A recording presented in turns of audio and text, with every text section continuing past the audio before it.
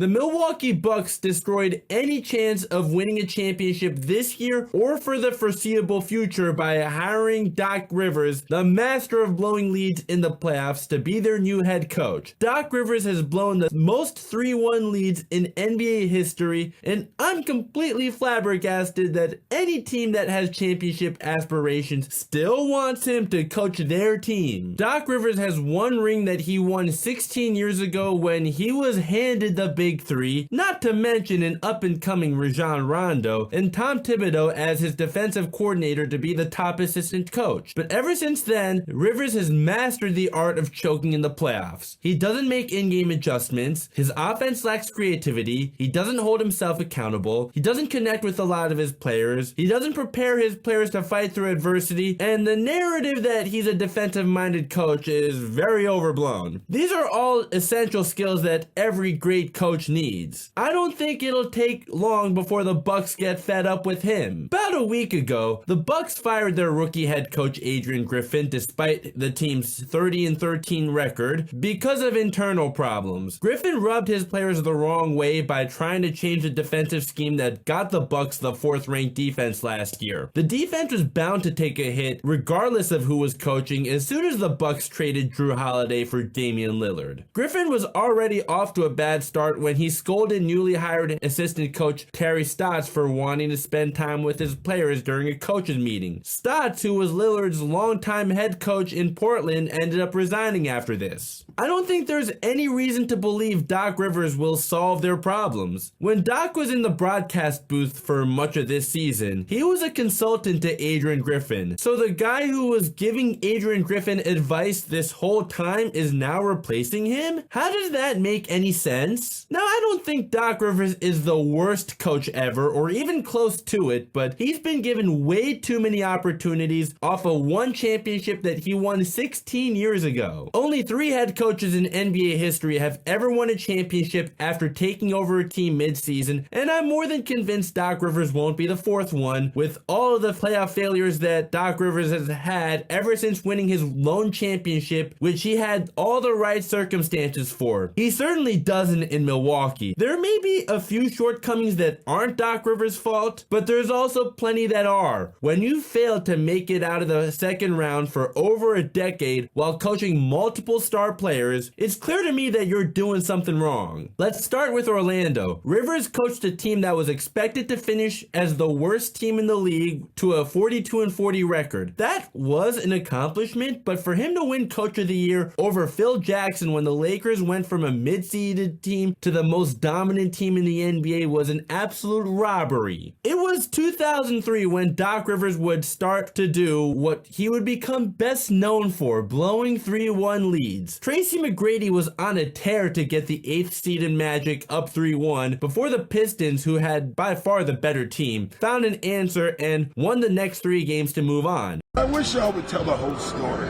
with me, all right? My Orlando team was the 8th seed. No one gives me credit for getting up against the Pistons who won the title. That was an 8th seed. Go look at that. I want you to go back and look at that roster.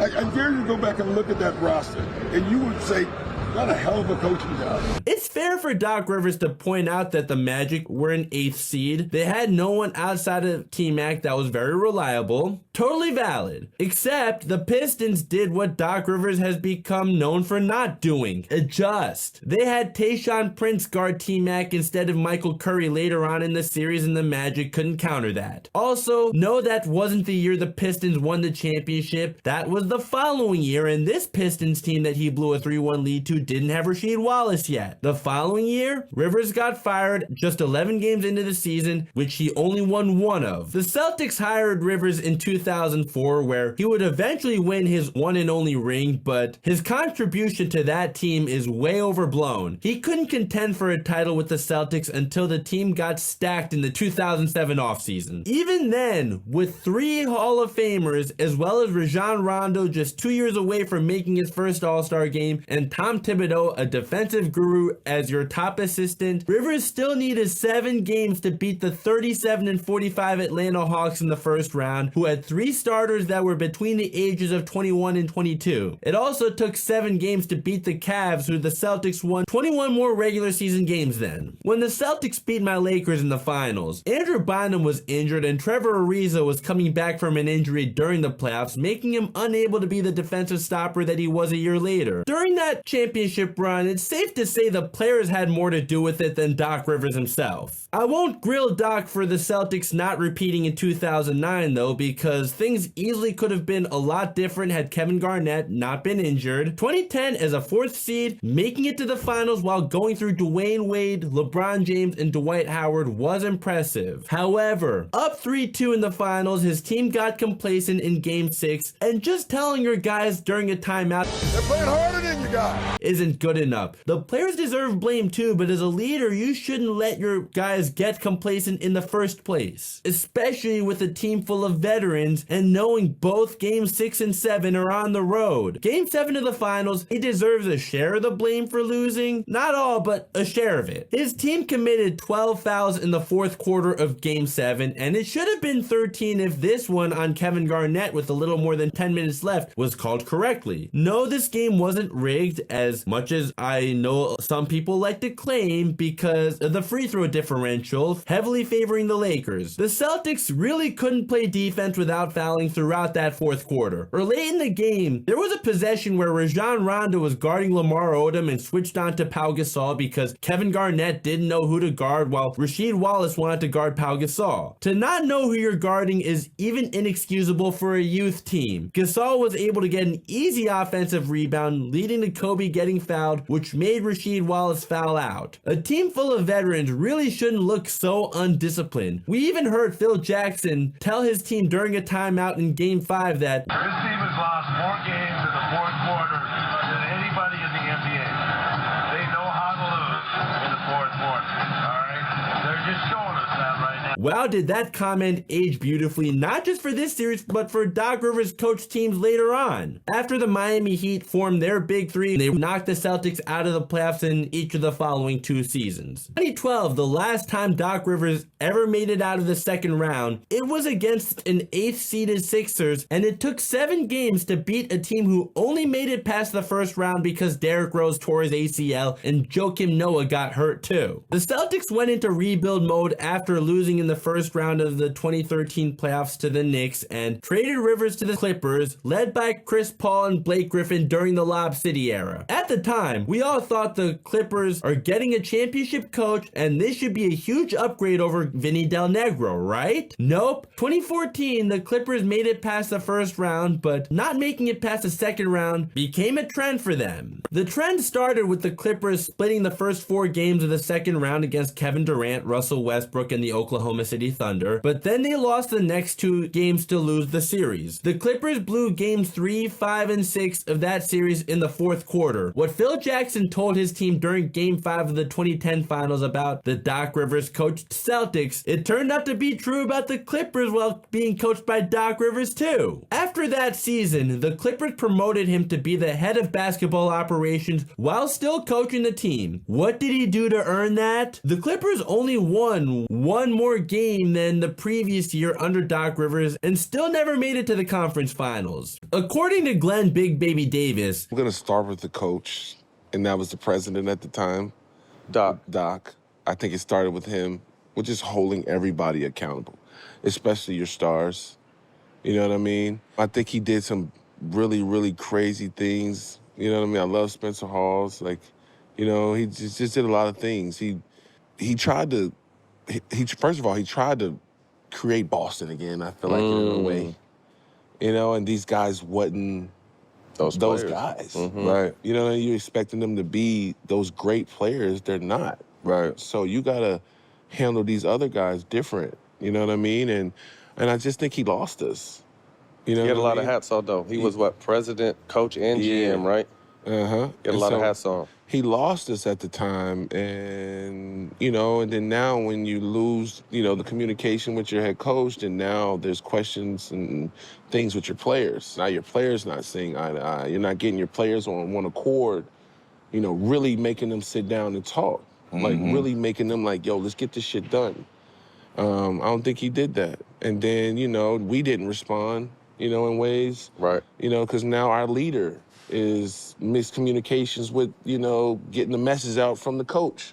So now there's just so much misdirection and just, crazy shit going on. It just fucking blew up. Having his son on the team, who he brought to the team during the 2014-15 season, was absolutely a big reason for this. Austin Rivers had his best statistical seasons while playing for his dad, but his presence as the coach's son hurt the team chemistry. I'm friends with JJ Redick's wife's cousin, and he told me JJ told him so, and when I mentioned it to Dime Dropper, he told me he always thought so. The Clippers won a thrilling first-round series in 7 games against the defending champion Spurs, but then blew a 3-1 lead to the Houston Rockets. In Game 6, the Clippers were up 19 with 2 minutes left in the third quarter and 14 going into the fourth quarter. They let that slip away, even with James Harden on the bench throughout the fourth quarter because he was so terrible, going just 5 for 20. The Clippers fell apart mentally, and it's a coach's job to keep a team composed under pressure, which Doc Rivers failed to do. Also, what a pathetic attempt at safe-facing here. Clipper team that we lost 3-1. Chris Paul didn't play in the first 2 games and was playing on one leg.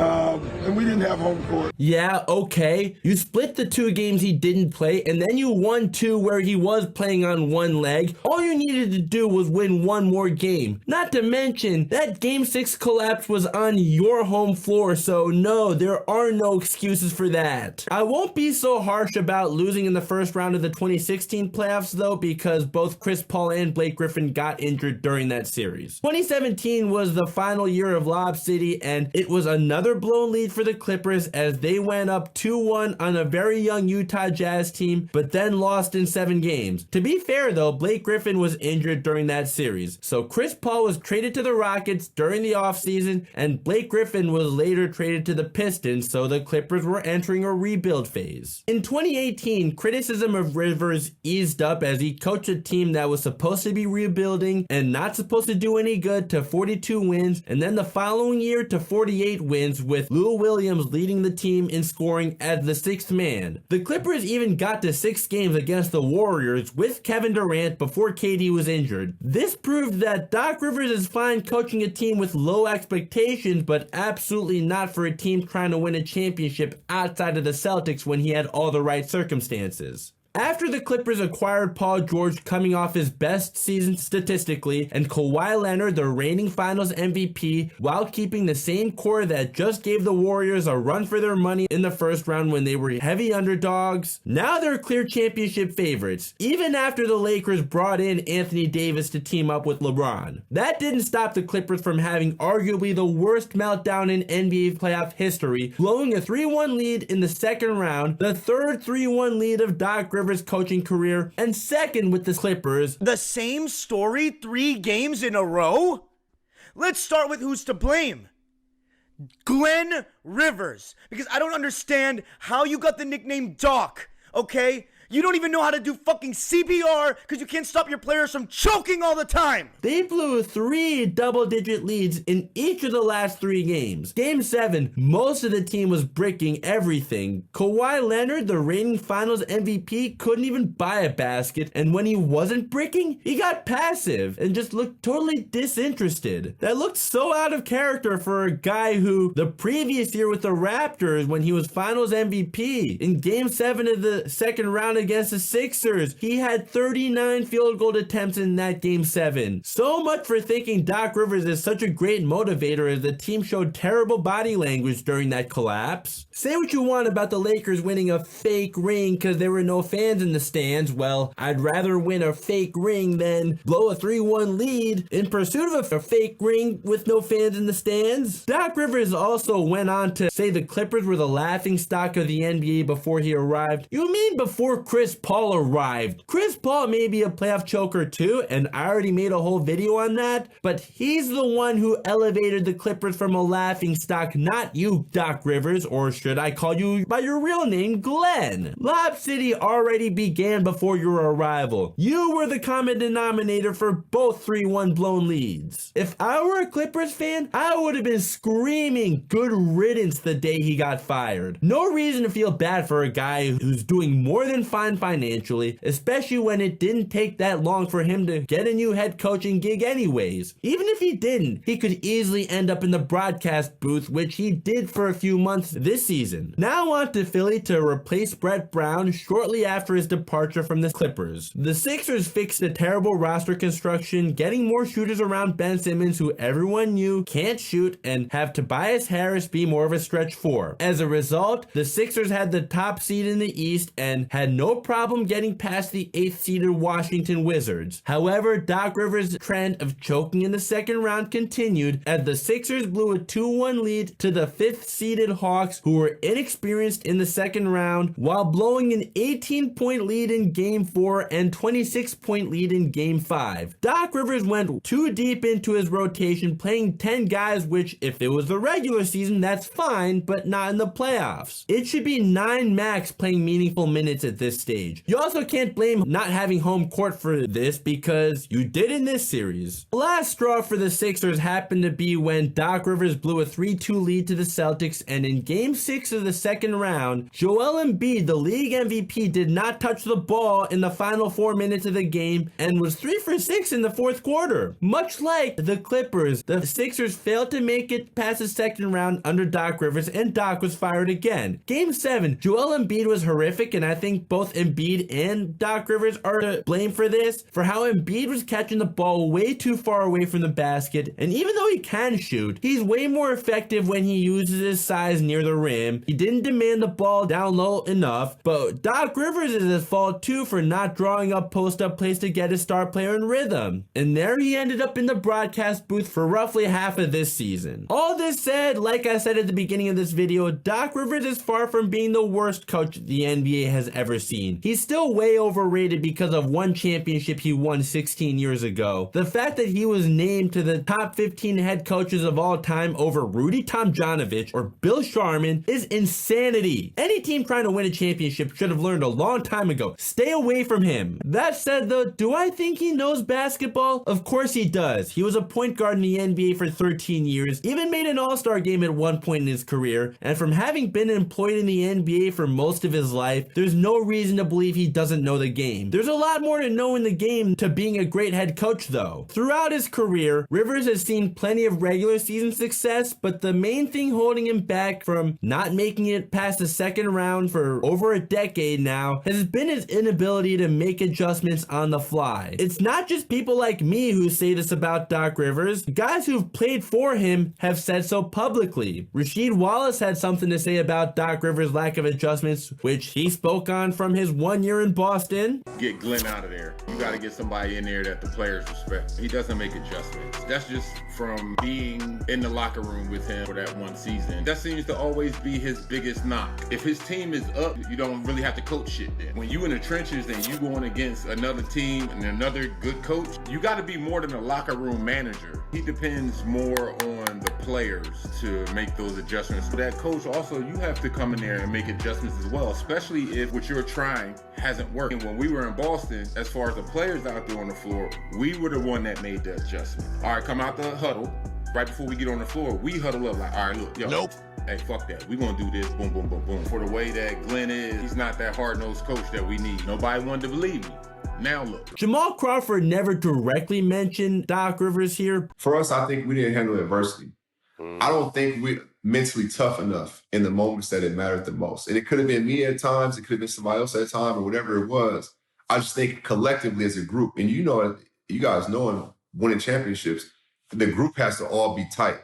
And I think, you know, we're older now looking, but I think looking back, if we had some of them OGs like, yo, this is y'all's moment. There ain't gonna be another moment like this. Like, you got to get this right now to make it happen. Like, this is it. I think if we had that, things would have ended different. What he said about those Lob City teams not being mentally tough enough, to me, is a reflection of Doc Rivers not being a good enough leader. Doc Rivers also even responded to Paul George's claims about lack of adjustments on All the Smoke, saying he better not expect any differently because their next head coach was right next to him throughout the whole thing. Wow. The Clippers made their first ever conference finals just 1 year later under Ty Lue, and probably would have made the finals, maybe even win it, had Kawhi Leonard not torn his ACL. Terrence Mann also proved why he should have gotten minutes in the bubble as a savior for the Clippers, making their first ever conference finals the very next year when Tyronn Lue gave him a chance, something Doc Rivers didn't do. Now there's the Ben Simmons saga where nobody was right. Ben Simmons passed up an open dunk, something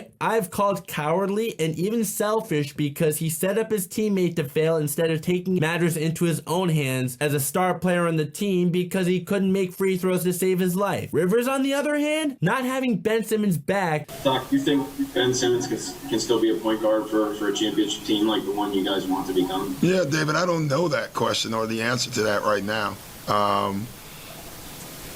So I don't know the answer to that. That, as we know, crushed Simmons' soul and was the beginning of his demise. Doc Rivers once had the reputation for being a player's coach. A player's coach will always have his players back, no matter how much they're the ones who are at fault. Rivers has had many questionable decision-making moments throughout his coaching career. When Rondo dislocated his elbow during the second round of the 2011 playoffs, he still played, and I understand sitting him to start overtime of Game 4 because of the injury and him not playing well, but to bench him throughout the fourth quarter of Game 5, that is definitely questionable, to say the least. If this was the regular season, I wouldn't have a problem with this, but with the season on the line, you have to take your chances with your best player if he's suiting up to play. It wasn't like the game was out of reach. It was only a 2-point game going into the fourth quarter, and at a certain point, you have to take your chances there. Game 6 against the Rockets in 2015, when the Clippers led by 19 at one point in the third quarter and went into the fourth quarter up by 14, but ended up losing that game to force a Game 7, which we know the Clippers lost. It took until the Rockets were already up by 6 with 2:27 left in the game to finally call timeout. Blake Griffin attributed the collapse to a complete mental breakdown, and to me, that shows lack of leadership, which Doc Rivers deserves blame for. We all know about Game 7 in the bubble against the Nuggets, but one big coaching blunder I remember from Game 6 is when Doc Rivers put Patrick Beverley back in the game with more than 10 minutes left when he had 5 fouls. We all know he's a very aggressive defender. He fouled out almost as soon as he came back into the game by trying to take a charge. Normally, I love when guys take charges, or at least try to, but not with 5 fouls, and I'm not sure why Doc Rivers wouldn't tell him not to take a charge in that situation when putting him back in the game. Then in Game 7, the one adjustment Doc Rivers did make was the wrong one, playing Montrezl Harrell more minutes than Ivica Zubac, who everyone knew stood more of a chance defending Nikola Jokic because of his size. 2 years ago, when the Sixers beat the Raptors in the first round in 6 games, Doc Rivers had yet another brain fart by leaving Joel Embiid in the game when the game and series was already decided at that point because it was a blowout. Embiid suffered a concussion and missed the first 2 games of the second round, which the Heat won both of, yet he still expressed no regret over his decision to leave Embiid in the game. Not only that, he started DeAndre Jordan in those 2 games when everybody knew DeAndre Jordan was washed up. There's a good reason why the Nets and Lakers moved on from him as quickly as they did. And when you had Paul Reed, who you should have started, and he was actually decent against the Raptors. Now we can talk about Doc Rivers' reputation as a defensive-minded coach being way overblown. Something that started unraveling after the Celtics lost Game 7 to the Lakers in 2010. Tom Thibodeau left for a head coaching job in Chicago, where he helped the Bulls become the best defensive team in the league and have their best season since the Michael Jordan years. They remained an elite defensive team throughout Tibbs' tenure. Meanwhile, Doc hasn't been back to the finals since then. During the Lob City era, having lineups with both Jamal Crawford and JJ Redick in it was one of the first red flags for his reputation as a defensive-minded coach. Rivers also had no idea when it was time to take Jamal Crawford out when he was shooting poorly in all 3 games of the Clippers' 2015 collapse, and everyone knows when he's not making shots, he had no other way of contributing as a total liability on defense. In the bubble meltdown against against the Nuggets. Rivers not taking out Lou Williams when he wasn't making shots was a big reason the Clippers collapsed, and we all know if Lou Williams couldn't score, he's only going to hurt you because he couldn't even guard a cone. This was a perfect opportunity to bring in Terrence Mann to be an unsung hero, which he would be a year later, or how he just left Montrezl Harrell for dead against Nikola Jokic. He was too stubborn to acknowledge that Trez can't guard Jokic to save his life. There was data to back it up, and sure, a lot of times the eye test tells you more than the stat sheets will, but clearly his eye test was not very good here. It's especially appalling for a guy who's not only been an NBA coach for so many years, but also once played in the NBA. Totally a defensive-minded coach, right? The Clippers had Joakim Noah, who sure was past his prime, but what did you have to lose at that point by at least trying to put him on Jokic, since he at least had the size to match up with Jokic? Or how you kept doubling Jokic, and I get it that he's nearly impossible to guard one-on-one, but knowing he's arguably the greatest passing big man of all time, you should know doubling him is a recipe for disaster. Or, like I said earlier, the one adjustment Doc Rivers did make was the wrong one, playing Montrezl Harrell more minutes than Ivica Zubac in Game 7, when, because of Zubac's height, clearly he's way more capable of guarding Jokic. I don't know who would have been the best option. Mike Budenholzer isn't perfect, but it surely would have made a lot more sense to bring him back than to hire Doc Rivers. Well, if he wants his job back, since he was dealing with a tragedy in his personal life during last year's first round playoff loss, which got him fired. Budenholzer has won a championship a lot more recently than Doc Rivers, and Griffin was essentially fired for moving away from Budenholzer's defensive scheme. Even David Blatt has been to the conference finals and NBA finals more recently than Doc Rivers, and he hasn't coached in the NBA since 2016. It would have been a better idea to find a more established head coach than one with no head coaching experience to replace Budenholzer from the beginning if you were really sure that firing Budenholzer is what needed to happen. Nick Nurse and Frank Vogel, both who have won a championship with their previous teams, were available, and I truly believe while Frank Vogel has his flaws as a coach, he was scapegoated by the Lakers with a bad roster construction. He won a championship when the roster was well constructed. As of the recording of this video, the Bucks are 1-3 so far in the Doc Rivers era, and funny enough, he was named to coach in the All-Star game this year, but I'd be shocked if they completely missed the playoffs. I'm pretty certain that the Bucks will still make the playoffs as a pretty high seed, but I'm even more convinced that they made their bed as a second round exit at best, no matter what they do to improve their roster before or at the trade deadline. What do you guys think though? Please let me know in the comments. You can also tell me if I missed any big coaching blunders by Doc Rivers too, and we can discuss that as well. That's it for this video. If you enjoyed this video, please consider giving it a like.